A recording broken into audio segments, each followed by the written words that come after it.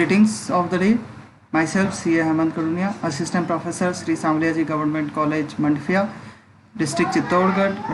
Dear students, आज हम लोग बीकॉम सेकेंड ईयर का एक सब्जेक्ट कोस्ट अकाउंटिंग का के पहले चैप्टर की बात करेंगे. हमारे पहले चैप्टर का नाम है लागत के मूल सिद्धांत, लागत लेखांकन.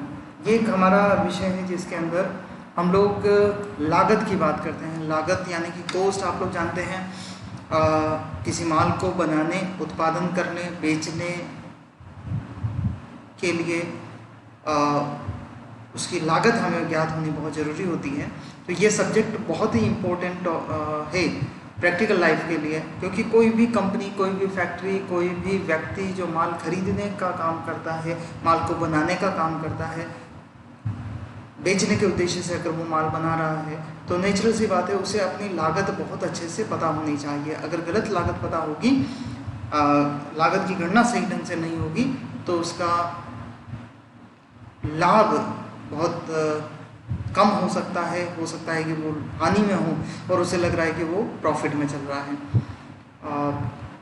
हम लोग सबसे पहले बात करते हैं भारत में लागत लेखांकन कैसे लगा, कहाँ से चालू होता है. भारत में लागत लेखांकन हेतु the institute of cost and works accountant, जो आजकल the institute of management, the institute of cost accountant के नाम से जाना जाता है, की स्थापना 1944 में हुई. इसका मुख्य उद्देश्य लागत लेखांकन से संबंधित परीक्षा लेना और भारत में औद्योगिक विकास को बनाए रखने के लिए अपने नए प्रोजेक्ट्स बनाना उसका मुख्य उद्देश्य है.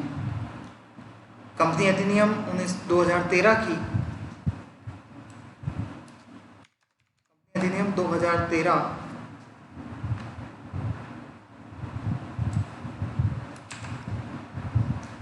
में लागत अंकेक्षण अनिवार्य किया गया है. धारा 148 के तहत भारत सरकार द्वारा निम्न क्षेत्रों में लागत लेखांकन अनिवार्य किया गया है, जैसे सीमेंट उद्योग, चीनी उद्योग, साइकिल उद्योग, रबड़ उद्योग, ट्यूब उद्योग, टायर उद्योग,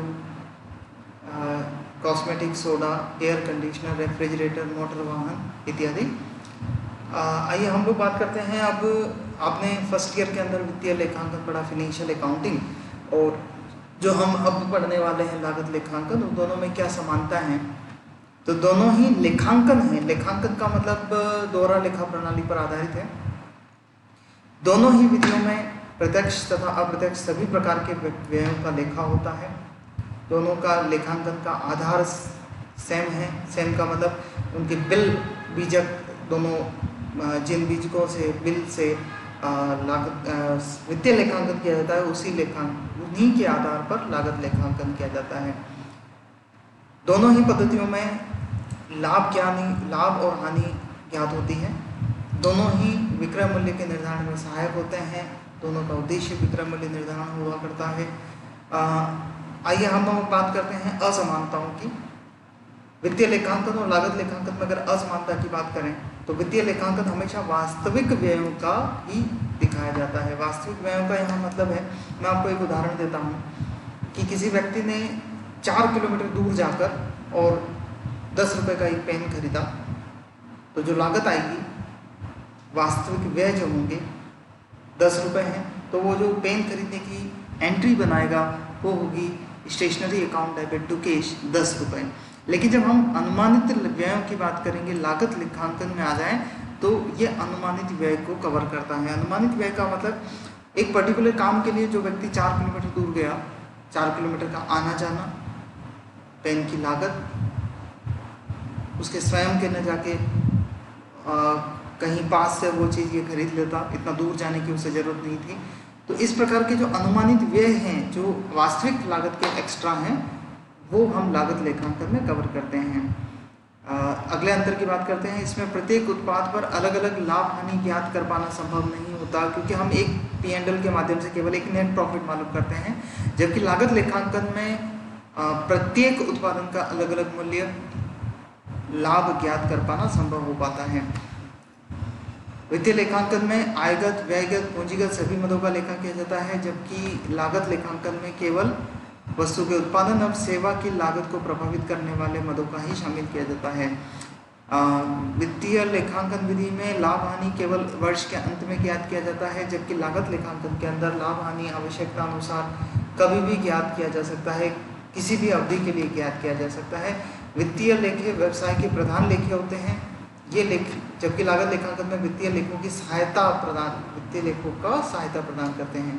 इन लेखों से कार्यकुशलता वित्तीय लेखांकन में लेखों से कार्यकुशलता मापना संभव नहीं होता, जबकि लागत लेखांकन में कार्यकुशलता आसानी से मापा जाना संभव हो पाता है। वित्तीय लेखांकन में केवल व्ययों का लेखा किया जाता है, विक्रय मूल्य का निर्धारण नहीं किया जाता, जबकि लागत ज्ञात करने के अलावा विक्रय मूल्य का निर्धारण भी लागत लेखांकन में किया जा सकता है। वित्तीय लेखांकन रोकड़ पर नियंत्रण रखता है, जबकि लागत लेखांकन लागत यानी कि सामग्री श्रम व्ययों पर नियंत्रण रखता है। ये लेखे सभी व्यापारिक संस्थाओं द्वारा वित्तीय लेखांकन में रखे जाते हैं, लेकिन लागत लेखांकन जहां अनिवार्य है या निर्माणी संस्थाओं द्वारा ही रखे जाते हैं। तो इस पार्ट में इतना ही। अब आगे के पार्ट में हम लागत लेखांकन के लाभ एवं महत्व पर